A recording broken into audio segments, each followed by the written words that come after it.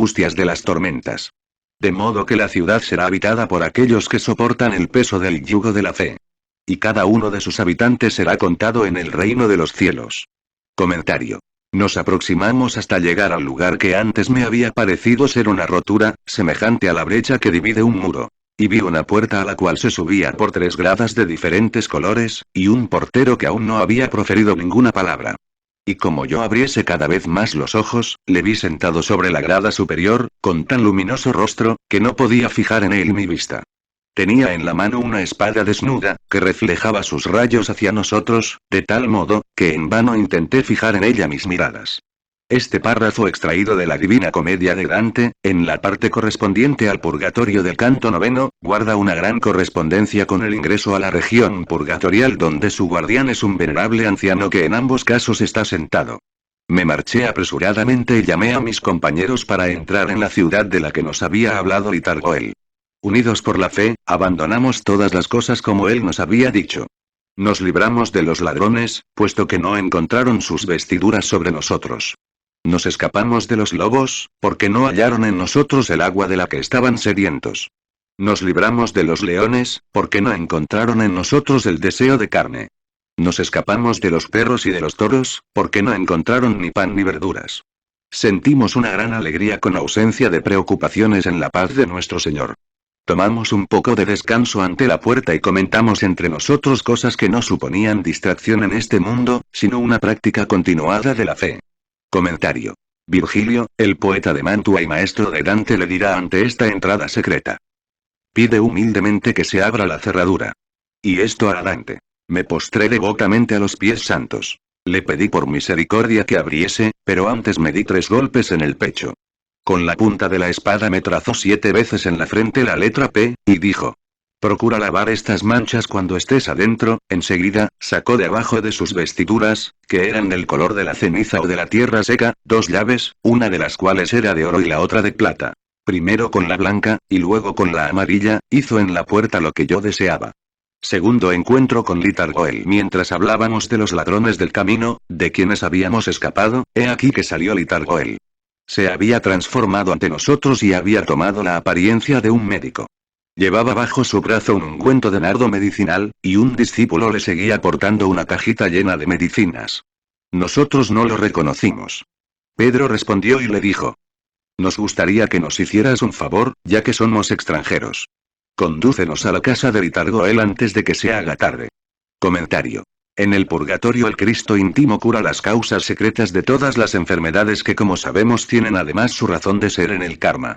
Y sobre la magia elemental del nardo, una vez más el VM Samael aún Weor nos auxilia con su objetiva sabiduría. Magia elemental del nardo. Mientras que el rey estaba en su reclinatorio, mi nardo dio su olor.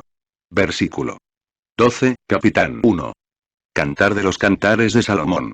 El nardo es el perfume más sublime del amor. El nardo es el perfume de aquellos que ya pasaron a la otra orilla. El nardo pertenece al alma humana, cuerpo causal o cuerpo de la voluntad. Mana superior. El nardo es el perfume de la quinta iniciación de misterios mayores. El nardo pertenece al cuerpo causal cristificado.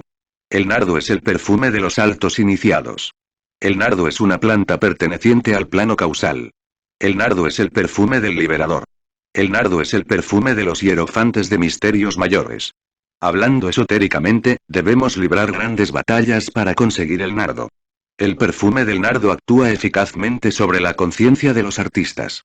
Donde quiera que haya arte y belleza, debe estar la fragancia del nardo. El planeta del nardo es Saturno. El mantram de las poblaciones elementales de los nardos es Atoya. Estas criaturas elementales de los nardos pueden ser utilizadas con fines amistosos. El nardo es el perfume de la nueva era acuaria. Nos respondió: os la mostraré con rectitud de corazón. Pero me admira que conozcáis a ese hombre bueno, pues no se revela a cualquiera, ya que es hijo de un gran rey. Descansad un poco mientras voy, curo a ese hombre, y vengo de nuevo. Se dio prisa y volvió rápidamente. Dijo a Pedro. Pedro. Este se atemorizó, preguntándose cómo había llegado a saber que su nombre era Pedro.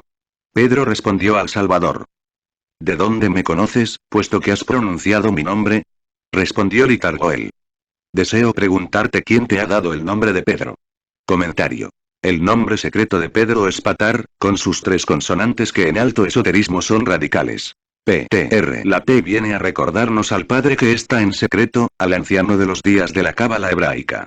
La T o Tau es la letra, cruz famosa en la sexo, yoga, es el hermafrodita divino, el hombre y la mujer unidos sexualmente durante el acto sexual. La R es la letra vital en el INRI, es el fuego sagrado y terriblemente divino, Ra egipcio.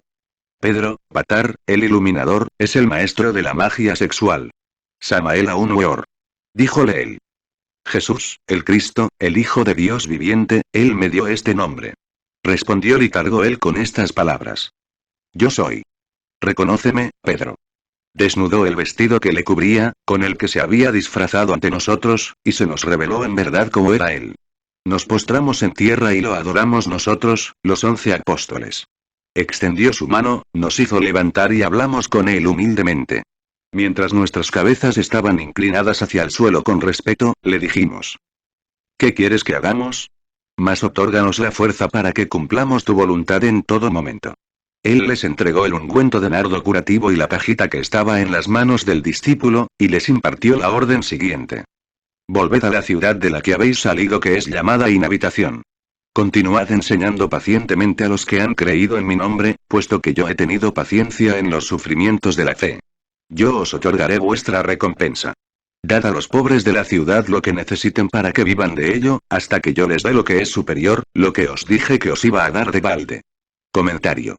Habiendo descansado Pedro y la compañía como se les había indicado, luego regresaría a aquel Litargoel, y revelándose como el Cristo Jesús ante Pedro, comprendemos que los trabajos de la purificación han concluido, por lo que deberán volver al mundo para continuar su obra redentora, pero no solo percibamos el hecho histórico en sí, sino además su significado oculto y particular, porque el mundo está también en el interior de cada uno de nosotros. Pedro respondió con estas palabras. Señor, tú nos has enseñado a renunciar al mundo y a lo que en él hay. Hemos dejado todo por ti. Nos preocupamos solamente del alimento de cada día. ¿Dónde podremos encontrar las cosas necesarias que nos pides entregar a los pobres? El Señor respondió con estas palabras. Oh, Pedro. Era necesario que comprendieras la parábola que te he contado. ¿No sabes tú que mi nombre, que tú enseñas, es más valioso que cualquier riqueza y que la sabiduría de Dios, la gnosis, es superior al oro, la plata y las piedras preciosas? La misión universal les entregó la cajita con los remedios medicinales y les dijo de nuevo. Curad a todos los enfermos de la ciudad que han creído en mi nombre. Pedro tuvo miedo de responderle por segunda vez. Se dirigió al que estaba a su lado, que era Juan, y le dijo. Habla tú esta vez. Juan respondió con estas palabras. Señor, tenemos miedo de pronunciar ante ti muchas palabras. Pero eres tú el que nos exige que practiquemos esta técnica, aunque nadie nos ha instruido para ser médicos. ¿Cómo, pues, sabremos curar los cuerpos, como tú nos has ordenado? Comentario. Juan es el verbo, la gran palabra, el patrono de los fabricantes de oro, la palabra a la cual el Cristo le transmite su poder para sanar no solo el cuerpo sino además las almas. Le respondió. Has hablado bien, Juan, pues yo sé que los médicos de este mundo acostumbran a curar las enfermedades que pertenecen al mundo. Pero los médicos del alma sanan los corazones. Curad, pues, los cuerpos primero, de modo que gracias a la potencia curativa que hay en vosotros para curación de los cuerpos sin medicinas de este mundo puedan creer que os es posible también sanar las enfermedades del corazón. Con los ricos de la ciudad, sin embargo, esos que no consideran digno saber de mí, sino que se regocijan en su riqueza y en su orgullo, con esos, pues, no comáis en sus casas, ni os amiguéis con ellos, no sea que os hagan partícipes de su parcialidad.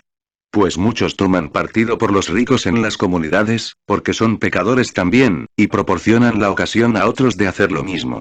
Mas vosotros juzgadlos con sabiduría, de modo que vuestro ministerio sea glorificado, y para que yo y mi nombre seamos glorificados también en las comunidades.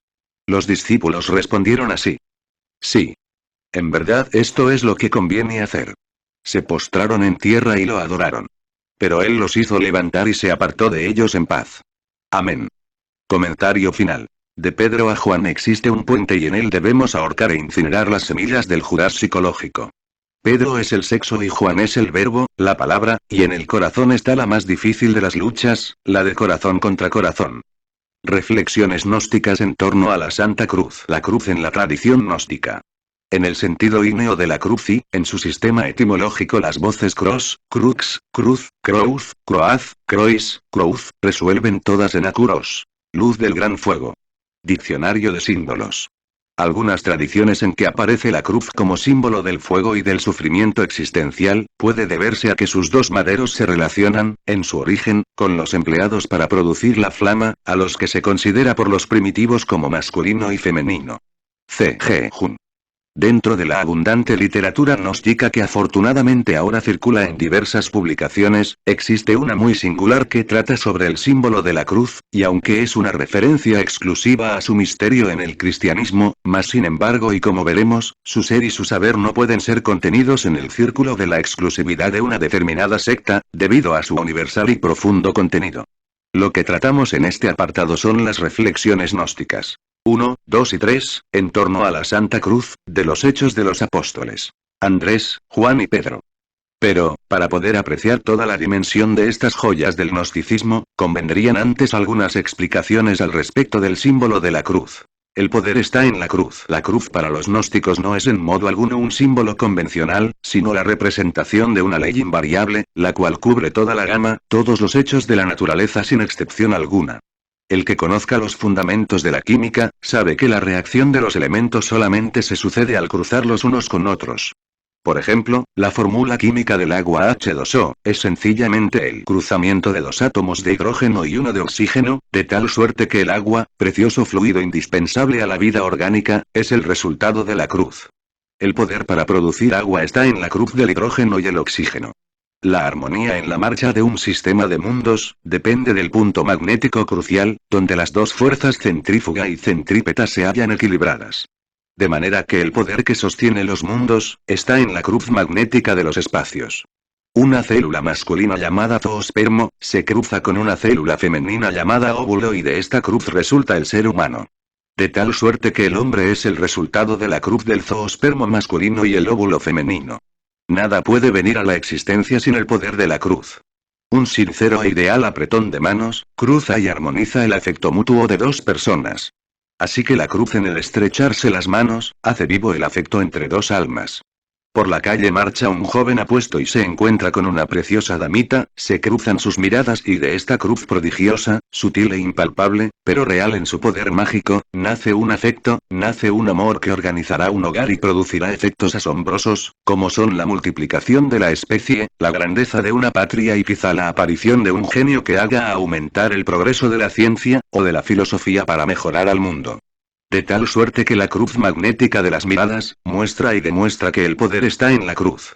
Una semilla es introducida en la Tierra y al cruzar su poder con los elementos químicos que constituyen la estructura del planeta, se producen árboles, flores, semillas y frutos que aumentan multiplicando la especie ad infinitum. De tal suerte que el poder está en la cruz. Sin la cruz no existe nada nuevo, ni se podría transformar lo antiguo, de modo que los gnósticos, sabios por excelencia, saben exactamente el valor de la cruz y le rinden culto, no fundamentados en ninguna creencia, sino en un saber absoluto e inmediato. Los gnósticos son místicos de la verdad y deseosos de saber todas las cosas, dejando al margen como cosa inútil, toda creencia, pues ésta hace al hombre estulto, estúpido e inconsciente. Y de la estupidez y de la inconsciencia, se valen los audaces para gobernar y dirigir a las inocentes muchedumbres, que cual corderos siguen a jefes tan estúpidos e inconscientes como ellos mismos. La cruz es la razón de ser de todos los hechos de la naturaleza, y en esta ley no existen excepciones. Cuando alguien expone una idea acerca de algún aspecto filosófico, social o científico, esta idea se cruza con las que poseen los que escuchan y así se producen nuevas reacciones, tanto sea para hallar la verdad que el conferenciante exponga, o bien para rechazar sus pretensiones de sabio. Si sus conocimientos no están bien fundamentados. De manera que en el cruzamiento de las ideas, se prueban las inteligencias y se descubren las verdades, eliminando lo erróneo. La mirada se cruza con algún ser u objeto, y en este cruce se obtiene experiencia acerca de los seres y de las cosas. Las sustancias proteicas de los alimentos que ingerimos, al ser cruzadas con nuestra vida fisiológica celular producen cruciales reacciones para renovar la vida de la célula gastada y crear otra nueva. Si la sustancia no conviene a nuestro organismo, la cruz bioquímica de la sustancia, con las secreciones de los órganos internos específicos, producen reacción para ser eliminados oportunamente. La cruz encierra el misterio de todos los poderes imaginables, ya sean estos físicos, intelectuales o morales. No hay